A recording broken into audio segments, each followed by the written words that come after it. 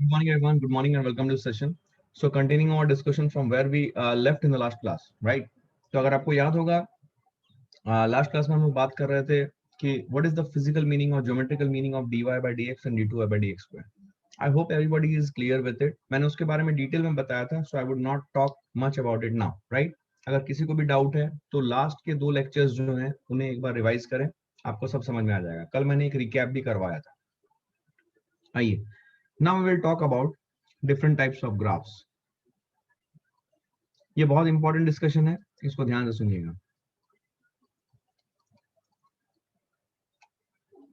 So we will talk about different types of graphs that we can get. तो basically यहाँ पे मैं आपको एक बात बताना चाहता हूँ. You can understand this as a method, as a trick, कैसे भी आप इसको याद रखो कि जितने भी ग्राफ्स पॉसिबल है किसी भी 2 वेरिएबल के बीच में, वो बेसिकली 8 टाइप के ग्राफ बनते हैं जो मैं आपके सामने रख रहा हूँ. कोई भी और अगर ग्राफ आप बना पा रहे हो तो वो इन्हीं ग्राफ का कॉम्बिनेशन होगा. जो 8 ग्राफ्स आप बना रहे हो उन्हीं ग्राफ का कॉम्बिनेशन होगा. ठीक है, so let's try to understand them.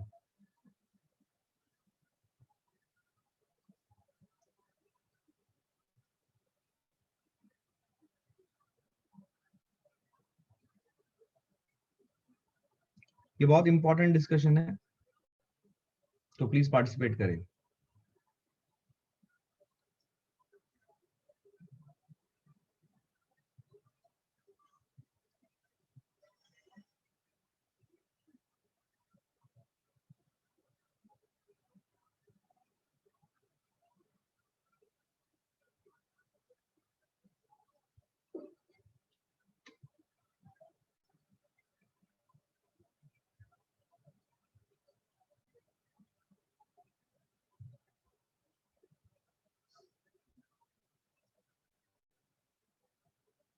So I'm drawing those 8 types of graphs.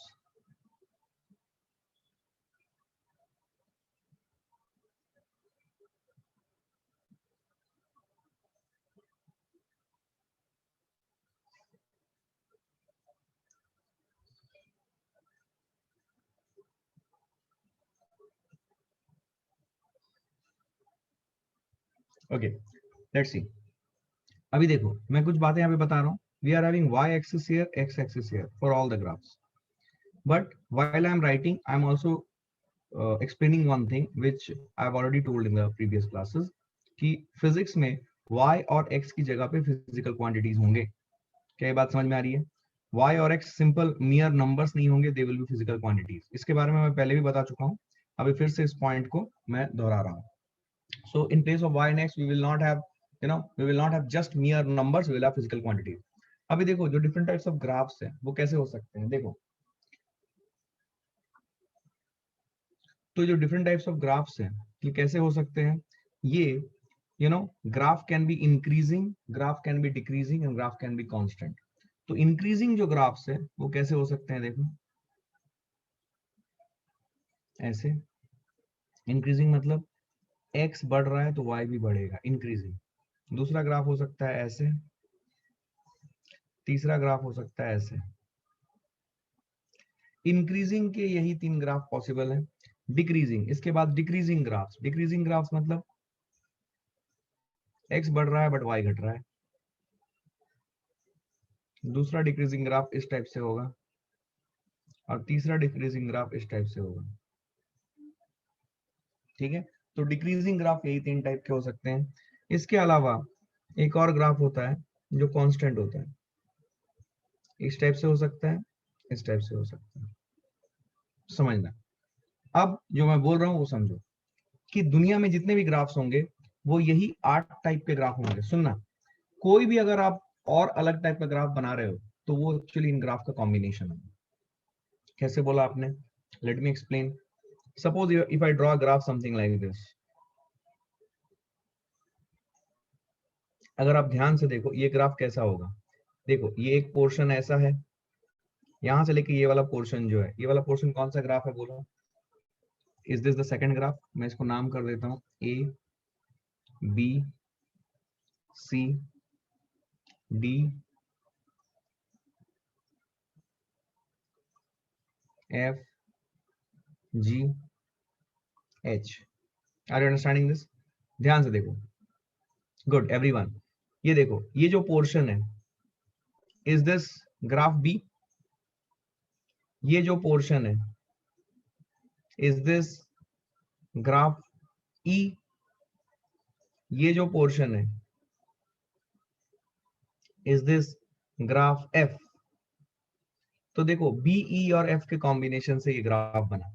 You can call it as a new graph, but actually it is not a new graph, it is a combination of different graphs that we have already drawn. तो हमने जो 8 type के graph draw किए हैं, उन्हीं के combination से, किसी भी 2 ग्राफ या 3 ग्राफ के कॉम्बिनेशन से आप नया ग्राफ बना सकते हो।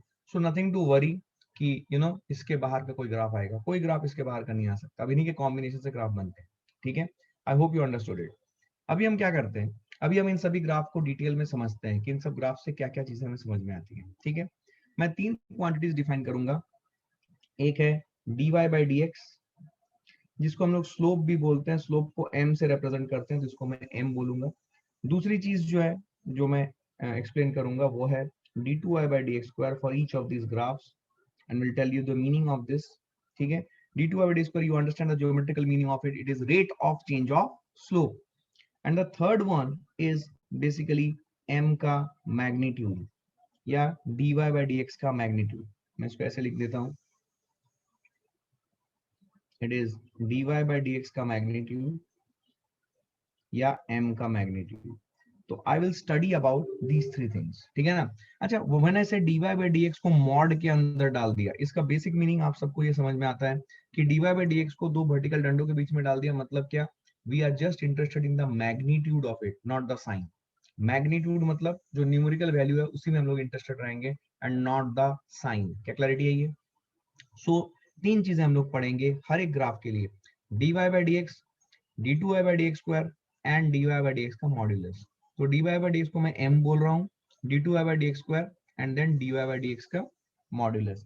सो these are the 3 things that we are studying for each of this graphs, ठीक है? अब जो कल मैंने आपको बताया था, उसको याद करते हैं, ठीक है? आइए समझते हैं। What is the meaning of dy by d x? dy by d x मतलब क्या होता है? m, इट इज स्लोप, ठीक है? तो यहाँ पे देखो, अगर हम यहाँ पे देखें dy बाई डी एक्स, तो ये dy बाई डी एक्स क्या होगा? ठीक है, dy बाई डी एक्स क्या होगा? dy बाई डी एक्स को मैं एक काम करता हूँ, मैं यहाँ पे हर जगह पे dy बाई डी एक्स की जगह पे m रख रहा हूँ, so that you can clearly understand it, right? dy by d x की जगह पे मैं m रख रहा हूँ, ठीक है? ध्यान से देखो, dy बाई डी एक्स की जगह पे मैं m रख रहा हूँ। तो let us talk about m first. देखो m क्या हो रहा है यहाँ पे? ग्राफ ऊपर जा रहा है। मैंने क्या सिखाया था? अगर ग्राफ ऊपर जाए तो dy बाई डी एक्स क्या होगा? ग्राफ अगर ऊपर जाए तो dy बाई डी एक्स क्या होगा? पॉजिटिव। तो हमें m d2y by d x square and m का मॉड्यूलस, ये 3 चीजों के बारे में डिस्कस करनी है, हर ग्राफ के बारे में। अब ये डिस्कस क्यों कर रहे हैं? क्योंकि इसी से हमें किसी भी ग्राफ को प्लॉट करने में मदद मिलेगी, ठीक है? ये सब चीजें हम ड्रॉ कर रहे हैं। m मतलब हम लिखेंगे क्या होगा, ठीक है? So I will write down all these.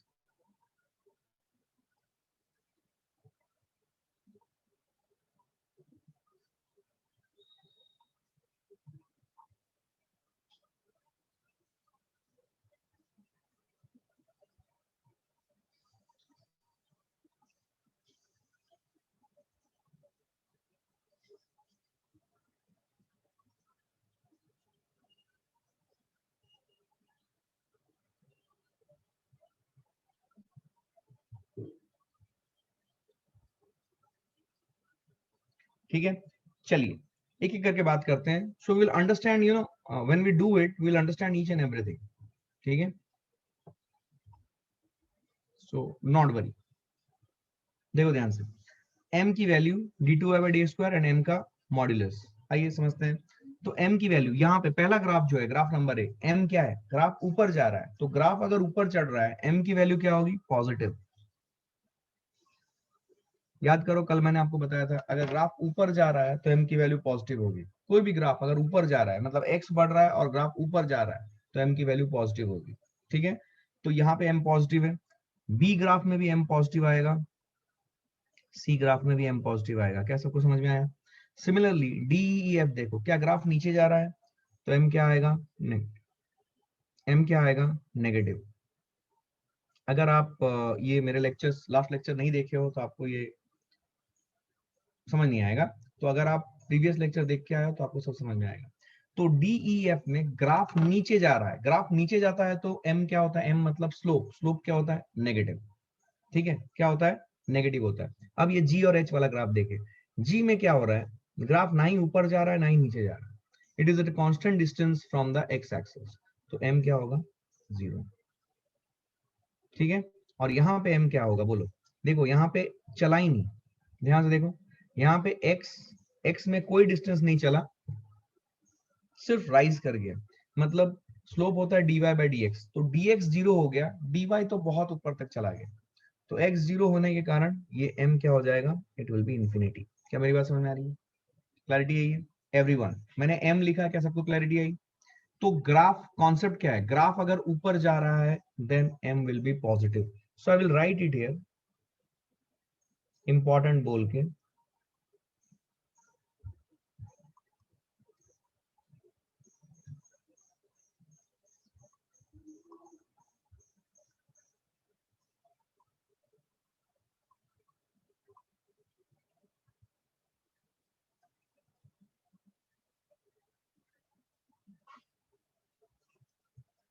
इसे लिखो, dy बाई डी एक्स जो है ये पॉजिटिव होगा, नेगेटिव होगा या जीरो होगा? पॉजिटिव कब होगा? When graph rises up. Zero negative कब होगा? व्हेन ग्राफ गोज डाउन या डिसेंड्स। एंड जीरो कब होगा? Zero neither going up nor down.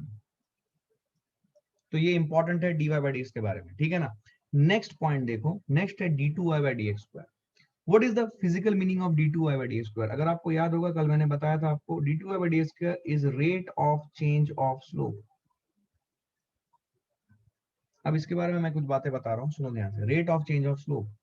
अब आप पहला ग्राफ देखो, पहला ग्राफ में देखोगे तो देखो, because it's a straight line, आप स्लोप यहाँ पे निकालो, यहाँ पे निकालो, यहाँ पे निकालो, यहाँ पे निकालो, कहीं पे भी निकालो, कहीं पे भी स्लोप निकालो, आपके हिसाब से स्लोप क्या होगा? Everyone please participate. आपके हिसाब से स्लोप क्या होगा? Everyone please participate. स्लोप क्या होगा हर जगह पे? स्ट्रेट लाइन पे स्लोप हर जगह पे क्या होता है? Everyone, slope is constant, yes और no? Slope is constant, equal, हर जगह पे स्लोप सेम होगा। ठीक है, okay okay, so there is one question, let me put it down and then I will take that question. तो slope हर जगह पे पॉजिटिव होगा, सॉरी कांस्टेंट होगा। स्लोप अगर हर जगह पे कांस्टेंट है, then what is d2y by d square? d2y by d square is rate of change of slope. रेट ऑफ चेंज ऑफ स्लोप मतलब x के साथ स्लोप कैसा चेंज हो रहा है, that is what is the meaning of d2y by d square. याद है? इसी चीज को अगर आपको याद होगा, कल हमने rate of change of slope को ऐसे लिखा था, d by dx of dy by dx, and dy by dx is m, so you can write it as dm by dx because dy by dx is slope m. ठीक है, so what will be the d2y by dx square for this graph? Very interesting. Will it be zero? Will it be zero everyone? क्यों? क्योंकि x के साथ m constant है, हर जगह पे m constant है, आप बोल रहे हो, तो dm by dx where m is constant, everywhere m is constant, तो क्या d2y by dx square zero होगा? एवरीवन क्लियर हुई ये बात? जो पॉइंट अभी मैंने बोला वो बोलो, अब इधर उधर मत देखो, जो पॉइंट मैंने अभी बोला वो क्लियर है? ओके, अभी यहाँ पे एक सवाल है, सर ये h वाले ग्राफ में m इंफिनिटी क्यों हुआ? What is the meaning of m? m है स्लोप। स्लोप क्या होता है? स्लोप क्या होता है? तो क्लैरिटी है, स्लोप क्या होता है? स्लोप होता है dy by d x. dy by d x मतलब कितना राइज किया, राइज अपॉन रन, रन मतलब एक्स एक्सिस के अलोंग कितना चला है, राइज मतलब वाई एक्सिस के अलोंग कितना चला है। तो अगर आप लास्ट वाला ग्राफ देखोगे तो वाई एक्सिस के अलोंग ही आप जा रहे हो, एक्स एक्सिस में आपने चला ही नहीं है, तो जब आप y एक्सिस के अलोंग का डिस्टेंस है वो कुछ एक वैल्यू आई है, लेकिन x एक्सिस की जो डिस्टेंस है वो 0 आ गई है. Something divided by 0 is what? Something divided by 0 is what? नहीं आई समझ. Anything divided by 0 is what? Infinity. 0 नहीं, एनीथिंग डिवाइडेड बाय 0 इज 0 कैसे? एनी कोई एक नंबर होगा डिवाइडेड बाय 0, क्या होगा? इंफिनिटी होगा ना. क्या होगा? Infinity. Right? Did you understand this? Did you understand this? Slope क्या होता है? Rise upon run. राइट? कितना राइज कर रहा है अलोंग y एक्सिस, और रन मतलब अलोंग x एक्सिस कितना जा रहा है. तो राइज कितना अलोंग y एक्सिस जा रहा है अपॉन कितना अलोंग x एक्सिस जा रहा है. That is rise upon run is slope. और इसको लिखता हूं ताकि आपके दिमाग में फिट रहे. Rise upon run. राइज होता है अलोंग y एक्सिस, रन होता है अलोंग x एक्सिस. ठीक है? I hope you understood it. तो ये आ गया d2y/d2. Now let's see this. इसका d2y/d2 क्या होगा? Rate of change of slope. ठीक है? तो मैं दो बातें बता रहा हूं, सुनो. दोनों तरीके आपको ध्यान रखना है. मैं यहाँ पे नेक्स्ट पेज में जाके आपको समझाता हूँ. देखो, d2y/dx². ठीक है? d2y/dx², इसमें दो तरीके हैं, लेकिन जो इजीएस्ट वे है, इजीएस्ट वे d2y/dx² का साइन डिसाइड करने का इजीएस्ट वे है COC मेथड. COC मेथड मतलब सेंटर ऑफ कर्वेचर मेथड.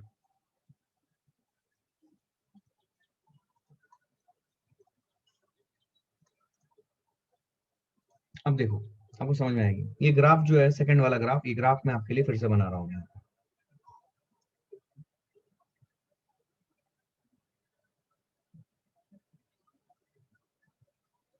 ऐसा ग्राफ है. राइट? अब देखो ध्यान से. ये ग्राफ को कंस्ट्रक्ट करने के लिए, मान लीजिए आपको मैंने कंपास और पेंसिल दे दिया और ये ग्राफ आपको कंस्ट्रक्ट करना है. तो बताओ, कंपास का नीडल किस साइड में रखोगे टू कंस्ट्रक्ट दिस ग्राफ? क्या कंपास का नीडल इस साइड में रखोगे और पेंसिल यहां पे होगा? Pencil obviously on the graph always. इस ग्राफ को अगर कंस्ट्रक्ट करना है आपको, तो कंपास का नीडल किधर रखोगे? एक रफ कट आइडिया बता रहा हूं. क्या जिस साइड में मैंने नीडल रखा हुआ है वहीं पे रखोगे, या इस साइड में रखोगे? किधर रखोगे नीडल को? Position A, position B. अब ये ग्राफ खींचना है तो पेंसिल तो ग्राफ के ऊपर ही रहेगी. नीडल किधर रहेगी? कंपास की. बेसिक बात पूछ रहा हूं, जवाब दो. क्लैरिटी है? ए पे रखेंगे. क्या ये सबको समझ में आ रही है? बिल्कुल सही. एवरीबॉडी, एवरीबॉडी ए पे रखेंगे. बिल्कुल सही.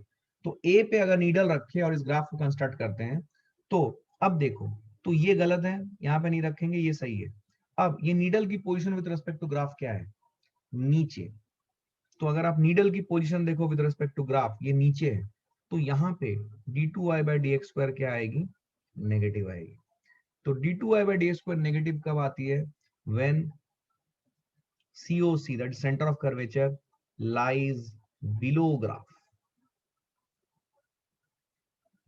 अब मान लो मैंने तुम्हें ये ग्राफ दिया, फील करना, ये ग्राफ दिया, ये ग्राफ कंस्ट्रक्ट करना है. तो मैं फिर से नीडल एक पोजीशन यहां पे लेता हूं, दूसरा पोजीशन यहां पे लेता हूं. कहां पे रखूं needle so that I can construct this graph? Obviously जहां पे ग्राफ बना हुआ है पेंसिल वहीं पे होगा. तरीका समझ लो, यही आपको अप्लाई करना है. क्यों हुआ, कैसे हुआ, इसके बारे में अभी मैं नहीं बताऊंगा, क्योंकि इसकी जरूरत भी नहीं है आपको, क्योंकि ये मैथ्स का इंटीग्रल पार्ट है. जो लोग मैथ्स लेके आगे पढ़ेंगे उनको समझ में आएगा. फिलहाल आप फिजिक्स में जो एप्लीकेशन है वो सीखो. कहाँ पे रखेंगे? क्या बी पे रखेंगे? This is correct position, this is wrong. अब बी का जो पोजीशन है देखो ध्यान से, यहाँ पे d2y/dx² जो होगी वो पॉजिटिव होगी. क्यों या कब होगी ये? When COC lies above curve. क्या मेरी बात समझ में आ रही है? When COC lies above curve. क्या आपको ये सिंपल सा मेथड समझ में आया? अब इसी मेथड को यूज करके हम COC की पोजीशन बताएंगे, मतलब सॉरी d2y/d² का साइन बताएंगे. क्या क्लैरिटी है ये? क्या क्लैरिटी है ये? क्या क्लैरिटी है ये? ठीक है? ये एक तरीका है. दूसरा तरीका आप ध्यान रखो, अगर आप यूज कर पाओ तो बढ़िया, नहीं यूज कर पाओ तो ये मेथड को पहले प्रेफरेंस देना. ठीक है ना? दूसरे मेथड से क्या होता है, कभी कभी उससे भी आपको हेल्प हो जाता है. तो दूसरा मेथड क्या है d two y by d square का, ठीक है सुनो, d two y by d square negative कब होगा, if d two y d square is negative if graph becomes horizontal from vertical and is positive if graph becomes vertical from horizontal। अब इस चीज को फील करो, ये वाला graph देखो, पहला ग्राफ, ठीक है ना, फर्स्ट ग्राफ देखो जहां पे D2 और इसका नेगेटिव था। पहला ग्राफ में देखो, इनिशियली ग्राफ वर्टिकल है, ग्राफ ऐसे जा रहा है, इनिशियली ग्राफ वर्टिकल, लेकिन जैसे जैसे ऊपर जा रहा है वो हॉरिजॉन्टल होता जा रहा है, तो वर्टिकल से हॉरिजॉन्टल हो रहा है। अगर आप ग्राफ को अलोंग एक्स एक्सिस इस तरफ है, जैसे जैसे एक्स एक्सिस आगे बढ़ रहा है, अगर आप ग्राफ को आप ट्रेवर्स करो तो ग्राफ इनिशियली पहले वर्टिकल था, उसके बाद हॉरिजॉन्टल हो गया। क्या फील आ रही है, क्या आपको समझ में आ रहा है मैं क्या बोल रहा हूँ, वर्टिकल हॉरिजॉन्टल। ग्राफ पहले वर्टिकल था फिर हॉरिजॉन्टल हो गया, क्या मेरी बात समझ में आ रही है, ग्राफ पहले वर्टिकल था फिर हॉरिजॉन्टल हो गया। क्या क्लैरिटी है ये एवरीवन, करेक्ट। तो इसीलिए D2/D स्क्वायर नेगेटिव आया। अब आप सेकंड वाला जो ग्राफ है उसको देखो, ग्राफ पहले हॉरिजॉन्टल था फिर वर्टिकल हो गया। आप समझ पा रहे हो, आप इसको चढ़ाई करो, चढ़ाई करो, समझ रहे हो, ट्रैकिंग कर रहे हो आप, ऐसे दो आपके पास ट्रैक्स हैं। तो आप जब देखो ध्यान से, ग्राफ पहले आपको जब ट्रैक चढ़ोगे तो आपको वर्टिकल लगेगा माउंटेन, और जैसे जैसे ऊपर जाओगे वो हॉरिजॉन्टल होता जाएगा। क्या फील आ रही है, अरे इस पर्सन को चढ़ाओ इस माउंटेन के ऊपर, समझ में आ रहा है, ये पर्सन को चढ़ाओ, पहले वर्टिकल लगेगा, हाँ ऐसे एकदम ऑलमोस्ट स्टीप है, तो वर्टिकल है और फिर वो हॉरिजॉन्टल होता जा रहा है, स्टीप है फिर वो लेस स्टीप होता जा रहा है, समझ में आ रहा है। तो D2/D क्या होगा, नेगेटिव होगा। क्या ये समझ में आया,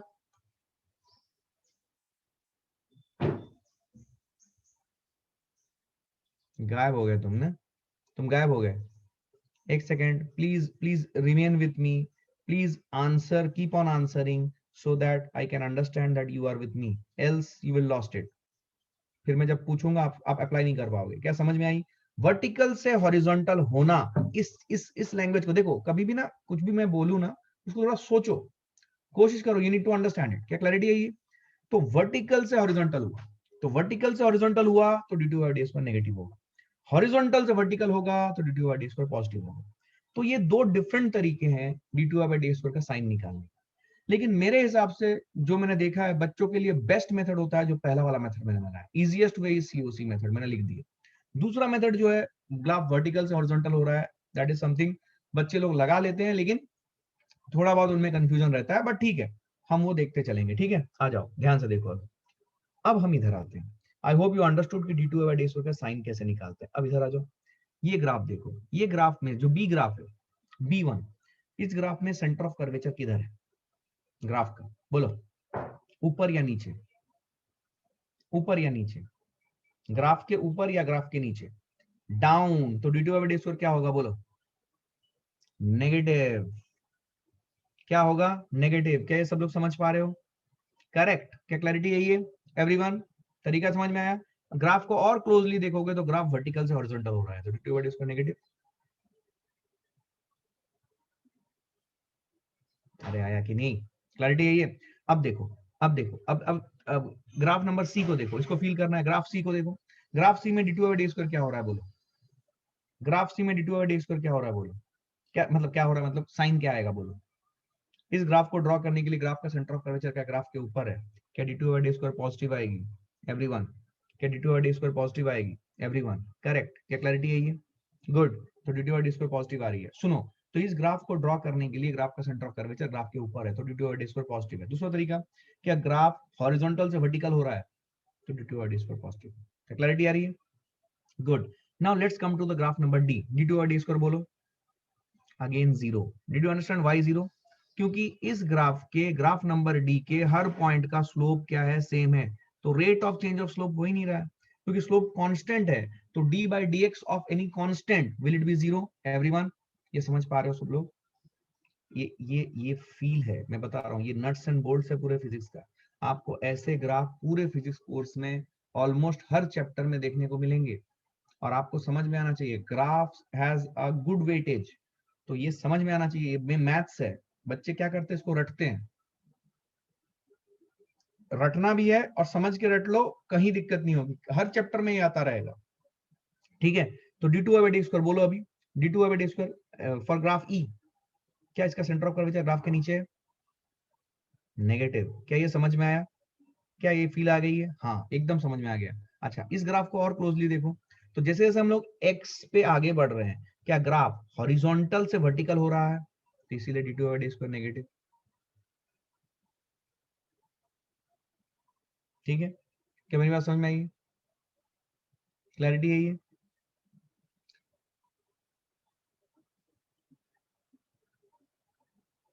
ओके, तो यहां पे क्या होता है, देखो यहां पे जो है, यहाँ पे d two y by d x square negative क्यों हुआ, क्योंकि यहाँ पे जो स्लोप है, ये स्लोप नीचे की तरफ, नीचे की तरफ स्लोप मतलब हम नीचे जा रहे हैं, तो नीचे जा रहे हैं तो d two by d square क्या हुआ, स्टीप स्लोप से, ये देखो नीचे की तरफ है ये, इसीलिए d two by d square negative आया। अब मैं यहाँ पे क्या बोलता हूँ, इसीलिए मैं यहाँ पे कंफ्यूजन स्टार्ट होता है बच्चों का, तो मैं इसीलिए सजेस्ट करता हूँ which method, always go by this method, easiest way COC method. तो सीओसी मेथड से हमेशा पहले निकालें, स्टीप से कम स्टीप हो रहा है उसके बारे में बाद में बात करें। So this is what we are understanding. तो इसका सेंटर ऑफ कर्वेचर ग्राफ के नीचे है, तो d two by d square क्या होगा, नेगेटिव होगा।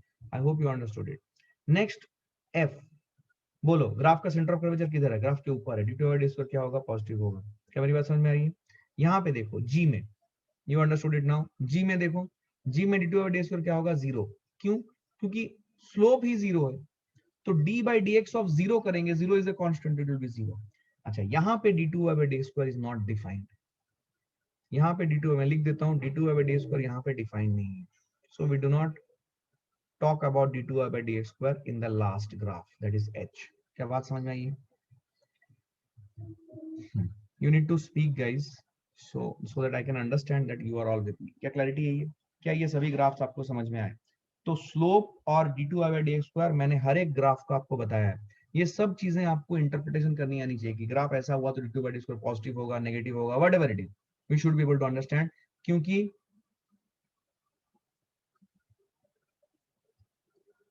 ठीक है, how f become positive, d two by d square positive कैसे आया, एफ में, एफ वाले ग्राफ में एक सवाल आ रहा है, बताओ क्या इस ग्राफ का सेंटर ऑफ कर्वेचर इस ग्राफ के ऊपर है, और अगर सेंटर ऑफ कर्वेचर ग्राफ के ऊपर है तो क्या d two by d square positive आएगी? Is that what is the understanding? Clarity है ये? क्या क्लैरिटी है ये? अरे बताया था ना भाई अभी यहाँ पे, अगर d two by d square positive है when COC lies above the curve ना, centre of curvature lies above the curve, right? Clear है? ओके, तो सेंटर ऑफ कर्वेचर इस ग्राफ के ऊपर लाई कर रहा है, तो d2 by d square positive है, hence d2 by d square is positive. क्या ये पॉइंट्स आपको क्लियर है? Is d2 by d square clear to everyone? मैंने आपको तरीका कौन सा बोला है, मैंने आपको जो पहला तरीका बोला है सीओसी मेथड, उसी को फॉलो करें प्लीज। इसको उतार लो quickly fast. We will now move to, थोड़ा सा नोट कर लो, we will now move to m का मॉड्यूलस। उसके लिए मैं रूल बता रहा हूँ वो कैसे डिसाइड करना है।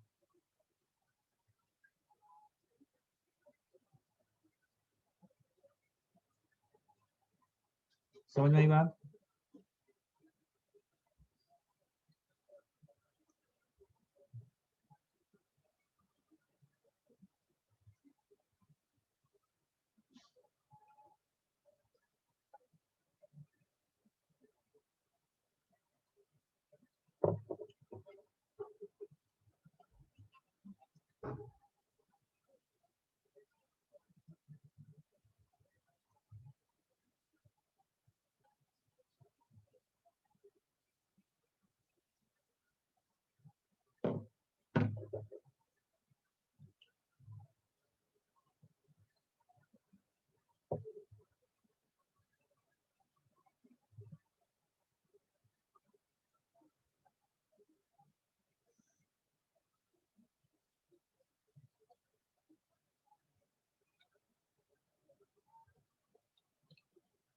देखो दूसरा यूज करना है, कोई भी मेथड यूज करो, सही करो। ठीक है, मैं तुम्हें बता रहा हूं दूसरा मेथड उतना आसान नहीं है। ठीक है, तो आपको समझना पड़ेगा, दूसरा मेथड आपको याद रहता है तो बहुत बढ़िया, तो मेरा सजेशन रहेगा पहला मेथड से करो। ठीक है, that is d two by d square का sign will depend upon COC का लोकेशन, सेंटर ऑफ कर्वेचर का लोकेशन। सेंटर ऑफ कर्वेचर क्या है? उस ग्राफ को बनाने के लिए नीडल कहां पे रहेगा कंपास का, दैट्स ऑल। अब देखो m का मॉड्यूलस, m का मॉड्यूलस मतलब जो स्लोप है उसका मॉड्यूलस। मॉड्यूलस इसकी जरूरत क्यों पड़ती है आपको समझ में आएगी, but let's first talk about m का मॉड्यूलस, ये निकालेंगे कैसे। तो मैं यहां पे लिखता हूं m के मॉड्यूलस के बारे में, ठीक है। m के मॉड्यूलस के बारे में सुनो, m का मॉड्यूलस जो होगा ये इंक्रीज होगा इफ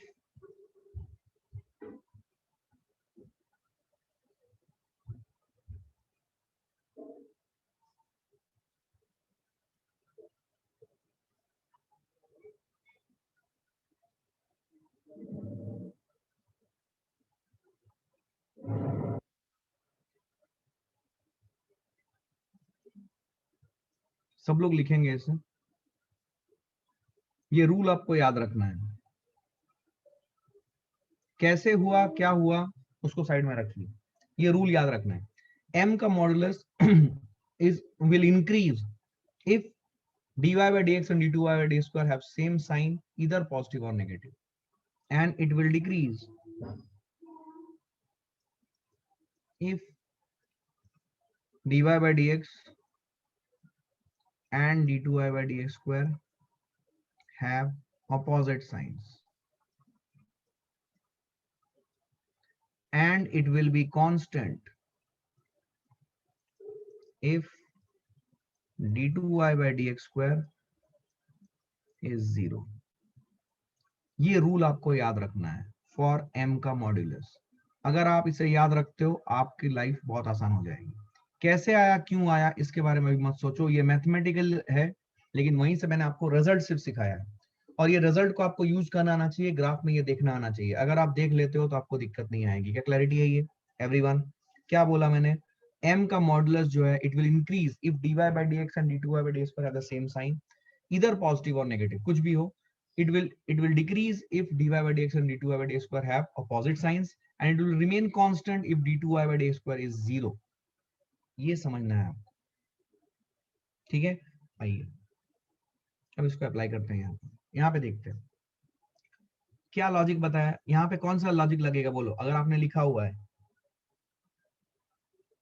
पहला ग्राफ में, आपके पास पहला ग्राफ बना हुआ है, बताओ क्या होगा। क्या d2y by d स्क्वायर 0 दिख रहा है आपको? तो m का मॉडुलस क्या हो जाएगा यहाँ पे? कांस्टेंट। यस और no? Simple. dy by dx और d2y by dx के बारे में वरी करने की जरूरत नहीं, सॉरी d2 by dx का 0 है तो dy by dx का क्या साइन है उसके बारे में वरी करने की जरूरत नहीं है। खटाक से लिखोगे कि m का जो मॉडुलस है वो कांस्टेंट है। क्या मेरी बात समझ में आ रही है? रेस्पॉन्स कम आ रहा है, रेस्पॉन्स कम आ रहा है मतलब I will stop, I to slow down my speed. क्या मेरी बात समझ में आ रही है एवरीवन? क्लैरिटी है ये? तो d2 by d2 का साइन मैंने देखा 0 है, सीधा सीधी मैंने लिख दिया m का जो मॉडुलस है वो कांस्टेंट है। क्या मेरी बात समझ में आ रही है?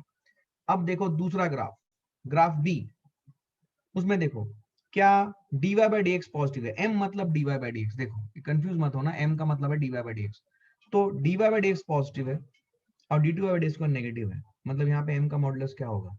डिक्रीज। DEC मतलब डिक्रीज। क्या क्लैरिटी है ये? क्या मैंने दिखाया है कि अगर dy by dx and d2 by dx का ऑपोजिट साइन हो तो ये डिक्रीज करेगा। क्या क्लैरिटी है ये?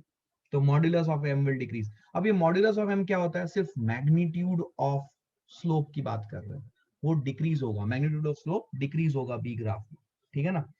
अच्छा अब इस पे आ जाओ, थर्ड वाले पे। थर्ड वाले पे क्या होगा? देखो ये पॉजिटिव, दोनों का साइन सेम है, तो m मॉड के बारे में क्या बोलते हो? It will increase. m mod, ये जब मैं बोलता हूँ, देखो ये सब लैंग्वेज आपको अभी थोड़ी सी कन्वर्जेंट होने पड़ेंगे, बिकॉज आपने ये सब बहुत कम सुना है अपने 10th तक। तो m मॉड बोलूं तो magnitude of m, that is what is the meaning, right? वो मैंने यहाँ पे लिखा है। तो हर बार मैं m मॉड ही बोलूंगा ज्यादातर, क्योंकि इट इज इजियर टू से rather than magnitude of m। Magnitude of m वो ज्यादा बोलना पड़ता है। समझ में आ रही है बात? तो m नेगेटिव है, d2 by ds का 0 है, तो कुछ सोचना ही नहीं है, d2 by ds का 0 हो गया तो m का मॉडुलस क्या होगा? कांस्टेंट। यस और नो एवरीवन? तो ग्राफ नंबर डी भी डन हो गया। ई बोलो। नेगेटिव नेगेटिव, नेगेटिव होने से भी कोई फर्क नहीं पड़ेगा, सेम साइन का होना। क्या होगा m का मॉडुलस? क्या होगा, क्या ये इंक्रीज होगा। उसके बाद लास्ट वाला देखो, I hope you understanding, correct. Last वाला देखो, बहुत आसान है, एक नेगेटिव है एक पॉजिटिव है, क्या होगा, डिक्रीज। क्या मेरी बात समझ में आ रही है, डिक्रीज। अच्छा यहाँ पे डिफाइन नहीं होगा एम का मॉडुलस, एम जीरो है तो एम का मॉडुलस भी जीरो ही रहेगा। यहाँ पे एम इंफिनिटी है, यहाँ पे एम का मॉडुलस को कोई मतलब नहीं होता। So A B C D E F G H, so there are 8 types of graphs.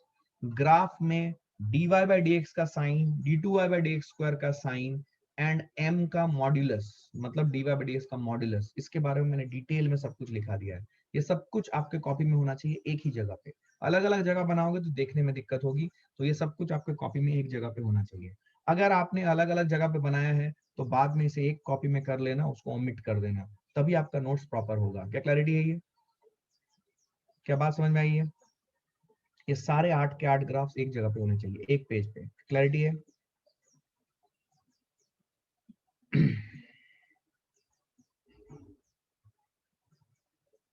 ठीक है गाइस, मैंने आपको जो तरीका बोला है वही तरीका यूज करो d2y by d x square जानने का।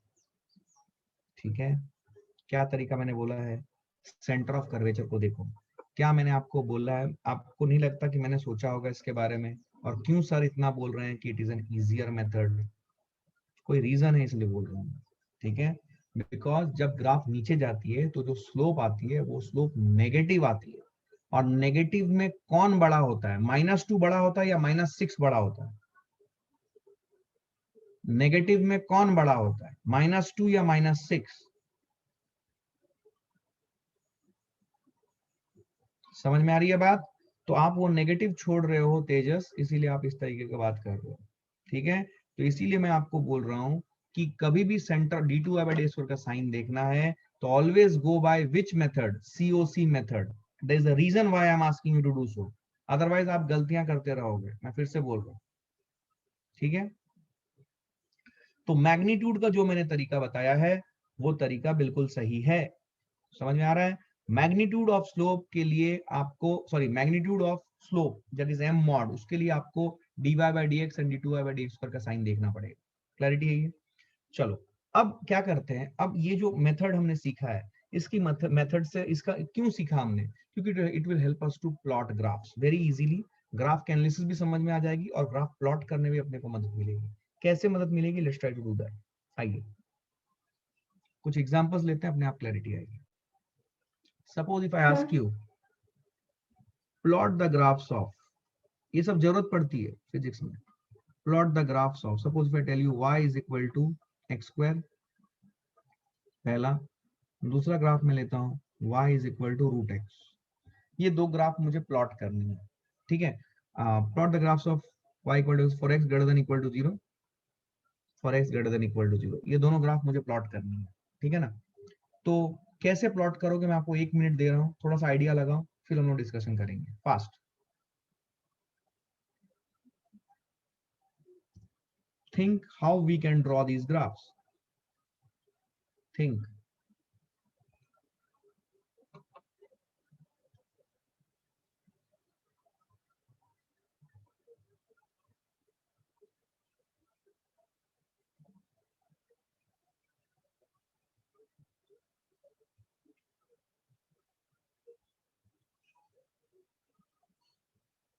हड़बड़ी मत करो, 1 मिनट का समय लो।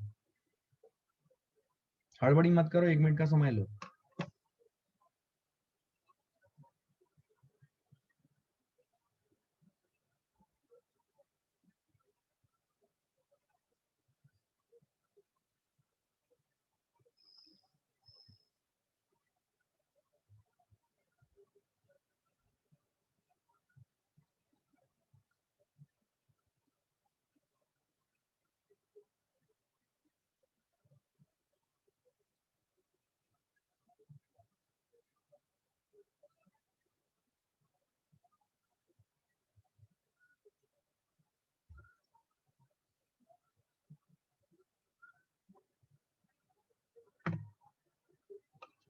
हाँ जी, okay, now we will discuss it out. Any idea, anyone?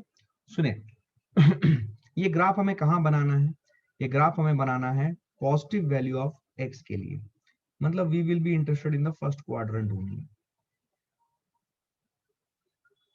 ठीक है, we will be interested in the first quadrant और फोर्थ क्वाड्रेंट। अब हमें पता नहीं ग्राफ किधर जाएगा, right, we need to understand this graph well. अच्छा, सबसे पहले दो तीन बातें ग्राफ प्लॉटिंग में। सबसे पहला पॉइंट होता है कि क्या आप ऐसा कोई कोऑर्डिनेट लोकेट कर सकते हो कि ये ग्राफ कहां से क्रॉस कर रहा है वाई एक्सेस को, वाई या एक्स एक्सेस को कहां से क्रॉस कर रहा है। तो अगर हम x की वैल्यू 0 डालें, क्या y की वैल्यू 0 हो जाएगी? ध्यान से सुनना, अगर हम x की वैल्यू 0 डालें, क्या y की वैल्यू 0 हो जाएगी? इसका मतलब ग्राफ जो है ये ओरिजिन से क्रॉस कर रहा है। क्या मेरी बात समझ में आई है? ग्राफ जो है ये ओरिजिन से क्रॉस कर रहा है। दूसरी बात, आपको समझ में आ रहा है मैं क्या बोल रहा हूँ? सुने, क्या ग्राफ ओरिजिन से क्रॉस कर रहा है? अगर x की वैल्यू 0 है, क्या y की वैल्यू 0 हो जाएगी? इसका मतलब ग्राफ ओरिजिन से क्रॉस कर रहा है। क्या क्लैरिटी है ये? That is one of the important point that we should understand कि ग्राफ कहां से क्रॉस कर रहा है, वाई एक्सिस को कहां पे कट कर रहा है, एक्स एक्सिस को कहां पे कट कर रहा है। क्या ये ओरिजिन पे कट कर रहा है? एवरीवन समझ में आ गई बात? दूसरा पॉइंट देखो ध्यान से, ये ग्राफ कैसा ग्राफ है? Is it a linear graph और अ नॉन लीनियर ग्राफ? जल्दी बोलो, सिखाया गया आपको। Is it a linear graph और a non linear graph? Everyone please, सिखाया गया आपको कैसा ग्राफ है ये? It's a non linear graph.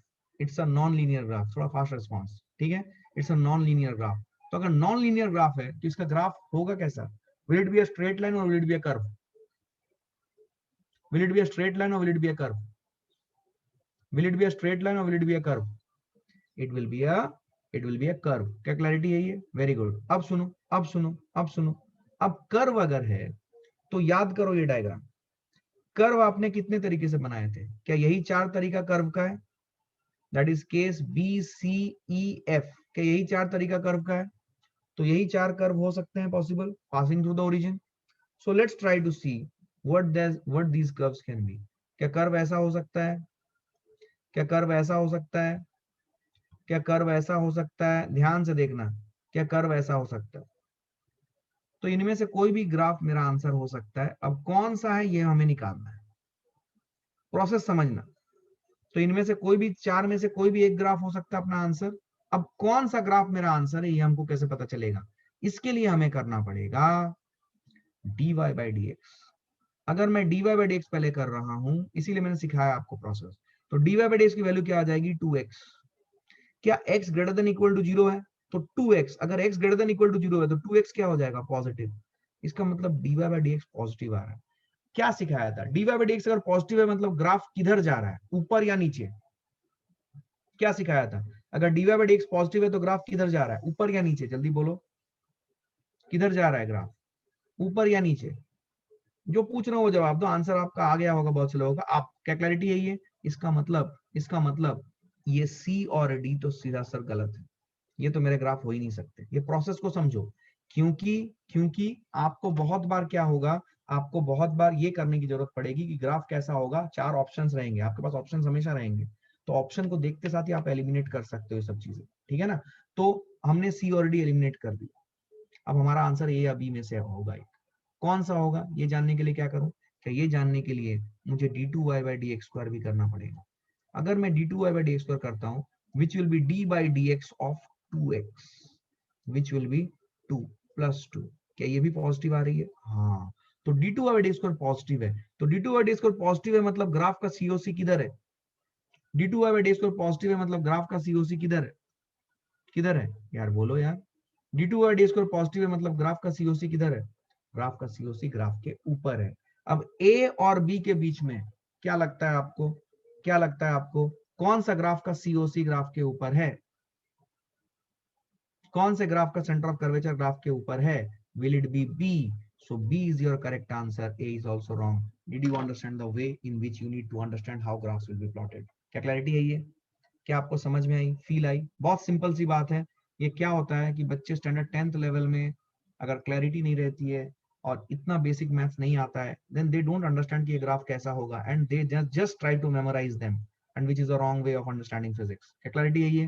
क्या फील आई? मस्त तरीके से, right?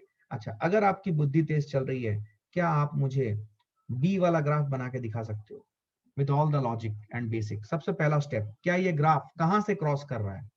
where it is cutting the y axis or the x axis? क्या ये ओरिजिन से क्रॉस कर रहा है? पहला पॉइंट, क्या ये ओरिजिन से क्रॉस कर रहा है? जल्दी बोलो। कर रहा है, क्योंकि x की वैल्यू हम 0 रख सकते हैं। यस और नो? अब यहाँ पे देखो, थोड़ा सा बेसिक मैथ्स आता है स्टैंडर्ड 10th लेवल का। अगर y equal to root x दिया है, आपको पता है कि जो x की वैल्यू है ये नेगेटिव नहीं हो सकती है, और हमने भी लिया है x greater than equal to 0, पर 0 तो हो सकती है। तो 0 अगर डालते हैं तो y की वैल्यू 0 होगी, मतलब ग्राफ ओरिजिन से क्रॉस करेगा। अच्छा, यहाँ पे देखो, इसको आप एक्सपोनेंट्स में आप मास्टरी कर चुके हो, तो यहाँ पे y का पावर 1 है और x का पावर हाफ है, सब लोग देखें। अच्छा, ये कैसा फंक्शन है, लीनियर है या नॉन लीनियर है? dy बाय dx की वैल्यू कैसे आई है, इसके लिए आपको ग्राफ देखना पड़ेगा, मतलब सॉरी लेक्चर्स देखने पड़ेंगे। I didn't understand what is your question. I didn't understand. There was someone who was asking, sir, please explain dy by dx in question number A. ऐसा आपने कुछ बोला, right? There was someone who was asking dy by dx in question number A. आप explain करें.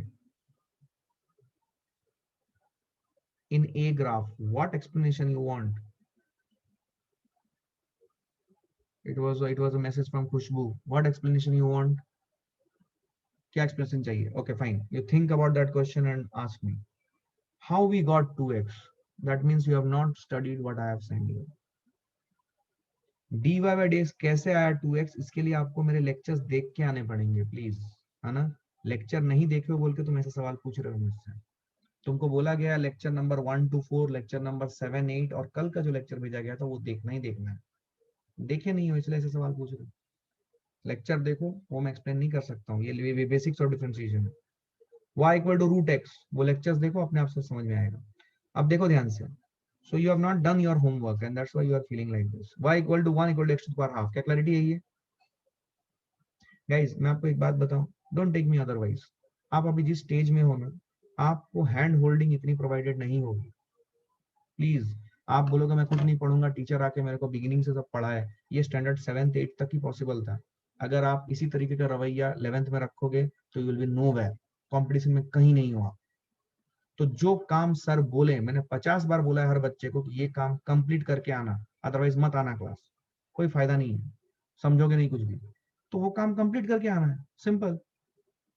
कैसे आया dy by d x equal to 2x, उससे मुझे समझ में आ गया कि आपने कुछ भी नहीं किया। तो प्लीज अपने वर्क को कंप्लीट करें और आए, और इस लेवल पे एक्सपेक्टेशन ऐसी नहीं होनी चाहिए। अगर टीचर ने बोल दिया है कुछ तो कंप्लीट करके आना चाहिए, आपको सब समझ में आएगा। कहीं पॉइंट पे समझ नहीं आ रहा तो पूछिए। If you do not do your work, you will be nowhere. Please, that is the fact. हाँ, एकदम 100% इस बात को अपने गांठ बांध के रख लो। y equal to 1 x to the power half, ये 1 है ये हाफ है, बोलो ये नॉन लीनियर है या लीनियर है? नॉन लीनियर है, क्लैरिटी है ये। नॉन लीनियर मतलब ये क्या होगा, ये स्ट्रेट लाइन तो नहीं होगा, ये कर्व होगा। Are you all understanding? It will be a curve. अब देखो कर्व कैसा हो सकता है, कर्व ऐसा हो सकता है, कर्व ऐसा हो सकता है, कर्व ऐसा हो सकता है, कर्व ऐसा हो सकता है। फिर से मैंने आपके लिए 4 ऑप्शंस बना दिए। क्या आप मुझे अपनी इंटेलिजेंस यूज करके बता सकते हो कि इसमें से कौन सा ऑप्शन मेरा आंसर है? वो दिखाने के लिए सबसे पहले मुझे निकालना पड़ेगा dy by d x. dy by d x अगर मैं निकालूं तो इट विल बी, देखो यहाँ बच्चा फंसेगा जिसको बेसिक्स ऑफ डिफरेंशिएशन नहीं आते हैं, which is lecture number 1 to 4। अगर नहीं आता है यहाँ पे बच्चा डिफरेंशिएशन ही नहीं कर पाएगा, तो फंस गया वो। तो काम करके आए please, half x half minus 1 which is minus half, this is what we are getting, which is 1 by 2 root x. क्या क्लैरिटी है ये? So this is what is your dy by d x. क्या बात समझ में आई है?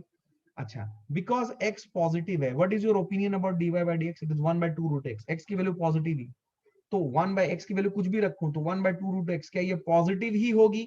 इतना तो समझ में आ रहा है, तो पॉजिटिव ही होगी, मतलब dy by d x positive है, मतलब मेरा ग्राफ जो है ये c और d तो नहीं हो सकता। क्या ये सबको समझ में आया? मेरा ग्राफ a और b में से ही एक है। अब a और b में से कौन है वो डिसाइड करने के लिए क्या करूं, क्या करूं आप बोलो? d2y बाई डी एक्स को निकालेंगे सर। अगर d2y बाई डी एक्स को निकालेंगे तो क्या होगा?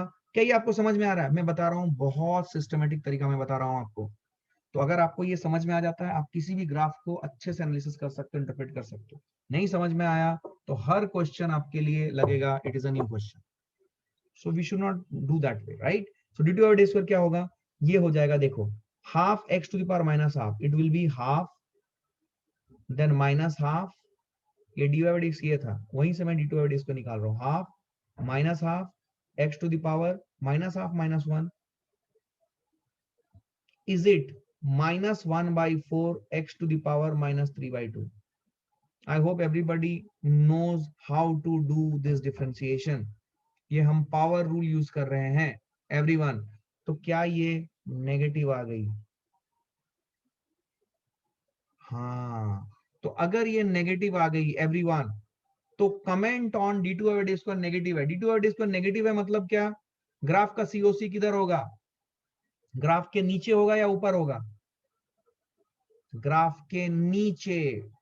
Yes, so which one will be your answer? A, and B is not your answer. तो ये ग्राफ ए हो गया। क्या आपको फील आई? क्या आपको फील आई? एक second, did you understand it? आगे नहीं बढ़ सकता हूं, ये आपको बताना पड़ेगा। Did you understand it? क्या क्लैरिटी है ये? चलो, I hope you understood it very well, right?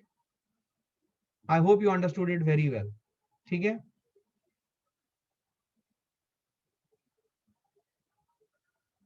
ध्यान से देखो।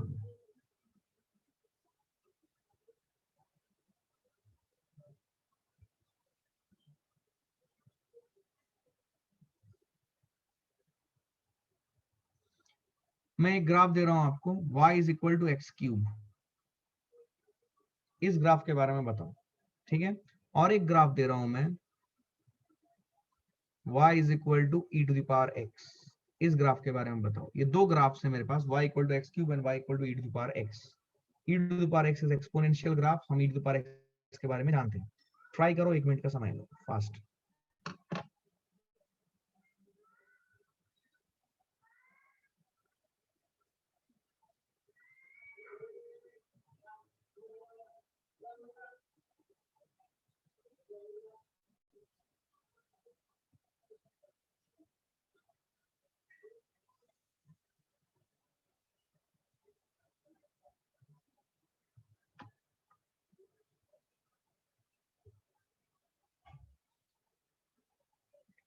ओके, आइए मिलके करते हैं। y equal to x cube, अच्छा, all these are defined for x greater than equal to 0। हाँ, इसी रेंज पे आपको ये बनानी है। आइए मिलके करते हैं, थोड़ा फास्ट, देखिए ध्यान से।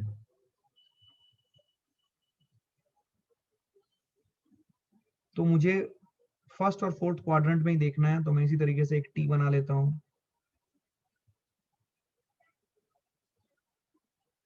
ठीक है, सब लोग देखेंगे ध्यान से। अब यहाँ पे फील करें, y equal to x cube. ठीक है, सबसे पहले देखें ये ग्राफ कहां से क्रॉस करेगा? क्या ये ग्राफ ओरिजिन से क्रॉस करेगा एवरीवन?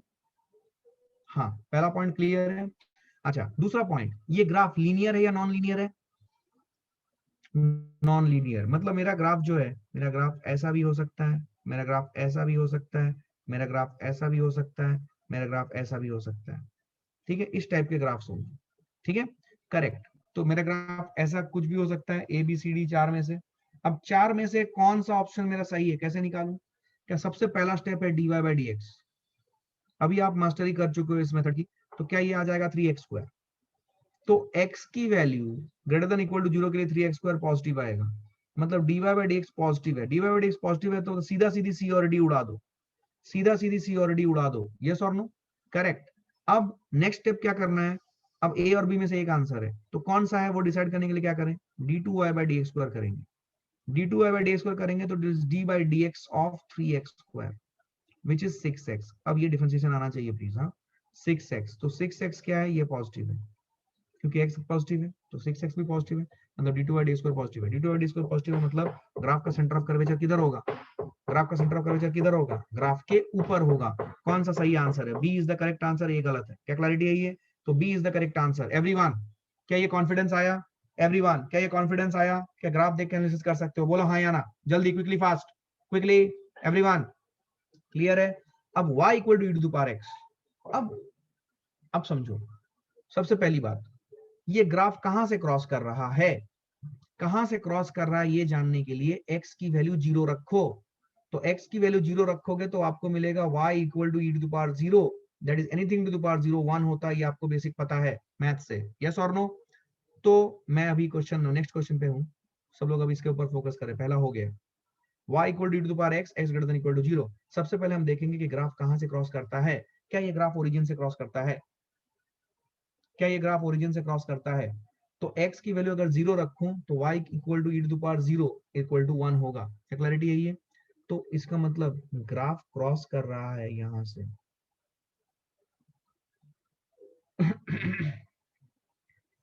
समवेयर x की वैल्यू 0 है तो y की वैल्यू 1 है। तो it is crossing from this point. I hope you understand this. ठीक है, अब सोचो अब सोचो ये कैसा ग्राफ है? Is it a linear graph और अ नॉन लीनियर ग्राफ?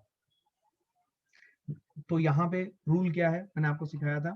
देखिए sin x cos x tan x किसी का भी ग्राफ हो, trigonometric graph and the special function के ग्राफ जो कि e⁻x और ln x है, ये हमेशा नॉन लीनियर होंगे। क्या बोला मैंने? स्पेशल ग्राफ, स्पेशल फंक्शंस का डिफरेंशिएशन कराया था मैंने, e⁻x और ln x। वो कैसे फंक्शंस है? वो नॉन लीनियर फंक्शंस है।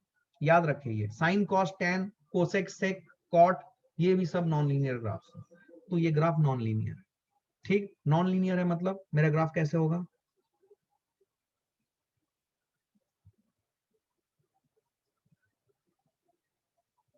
आपको समझ में आ रहा है ना? This is a wonderful way in which you can understand the things. बोलो कौन सा ग्राफ होगा? बोलो क्विकली फास्ट, कौन सा ग्राफ होगा? बोलो। समझने के लिए क्या करें? dy/dx करेंगे। आइए मिलके करते हैं। dy/dx करना आता है क्या? क्या e⁻x का dy/dx करना आता है? हाँ, e⁻x होगा। अच्छा, x की वैल्यू 0 है, x की वैल्यू 0 है, सॉरी ग्रेटर देन 0 है, सॉरी ग्रेटर देन 0 है, तो e⁻x will always be positive. क्या ये पॉजिटिव आएगा? x की वैल्यू ग्रेटर देन 0 है तो e⁻x will always be positive. तो पॉजिटिव है, इसका मतलब c और d तो हटा दो, ये हमारे ग्राफ है ही नहीं। ठीक, क्योंकि dy/dx पॉजिटिव है मतलब ग्राफ ऊपर जाना चाहिए x के साथ, बट ये तो नीचे जा रहे हैं तो ये तो है ही नहीं। क्लैरिटी है ये? अब a और b में से मेरा आंसर कौन सा है? ये निकालने के लिए क्या करूं? क्या करूं? क्या करूं? क्या करूं? क्या करूं? d2y/dx2 which is dy/dx of e⁻x which will again be e⁻x only क्योंकि dy/dx of e⁻x is e⁻x। this is also positive। ओ अच्छा, मतलब कौन सा ग्राफ होगा मेरा? B will be my graph, A is wrong answer। क्या clarity है ये? इसका मतलब y इक्वल टू e⁻x का ग्राफ 0,1 से स्टार्ट होगा और वो ऊपर की तरफ ऐसा कर्व बनता हुआ जाएगा। ये ग्राफ है। क्या बात समझ में आ रही है? अब आप बोलोगे सर इसका भी ग्राफ ऊपर कर्व बनता हुआ, इसका भी ग्राफ कर्व बनता हुआ, तो हमें समझ में कैसे आएगा? देखो e⁻x का ग्राफ और x³ का ग्राफ, ये कर्व ऊपर की तरफ होगा लेकिन उस कर्व के कर्वेचर के वैल्यूज में चेंजेस आएंगे which is not easy to find. वो हमें नहीं देखना है, हमें सिर्फ ये देखना है कि ग्राफ कैसा दिखेगा, उसी से हमारे सारे क्वेश्चंस आंसर हो जाते हैं। क्या क्लैरिटी है ये? नहीं आई बात समझ? पक्का नहीं आई ये बात समझ, क्योंकि रिस्पॉन्स कम आया। क्या मेरी बात समझ में आ रही है?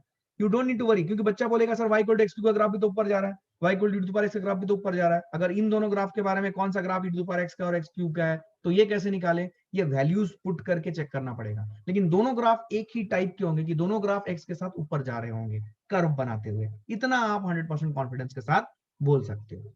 अब इन दोनों में से कौन सा ग्राफ e⁻x का है और x³ का है, ये कैसे पता करें? ये आपको वैल्यूज प्लॉट करके देखना पड़ेगा कि x की वैल्यू 1 पे e⁻x की वैल्यू ज्यादा होती है या y इक्वल टू x³ की वैल्यू ज्यादा होती है। अकॉर्डिंगली आपको वो आगे बढ़ाना है। क्या क्लैरिटी है ये? समझ नहीं है बात? सुनो,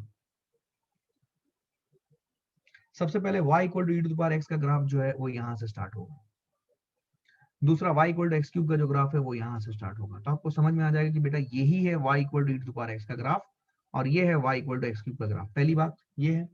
मान लो कोई बच्चा बोले कि sir y equal to x³ और y इक्वल टू x² या √x ये अगर मुझे दे दिया, sorry y equal to x² ये अगर मुझे दे दिया तो मैं कैसे पता करूं? सुनो ध्यान से, y equal to x³ and y equal to x² ये दोनों ग्राफ एक ही जगह से स्टार्ट होते हैं। अब इसमें से एक y इक्वल टू x³ है, दूसरा y इक्वल टू x² है, कौन सा है ये कैसे पता करें?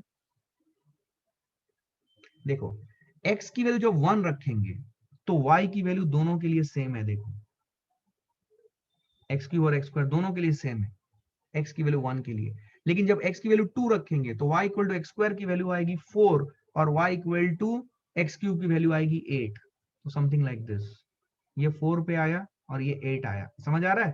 बेसिक अकल तो हमें कोऑर्डिनेट प्लॉटिंग की आती है ना, मैथ्स किया है हमने। तो ये वाला जो ग्राफ है ये y इक्वल टू x³ होगा, ये वाला ग्राफ है ये y इक्वल टू x² होगा। क्या मेरी बात समझ में आ रही है?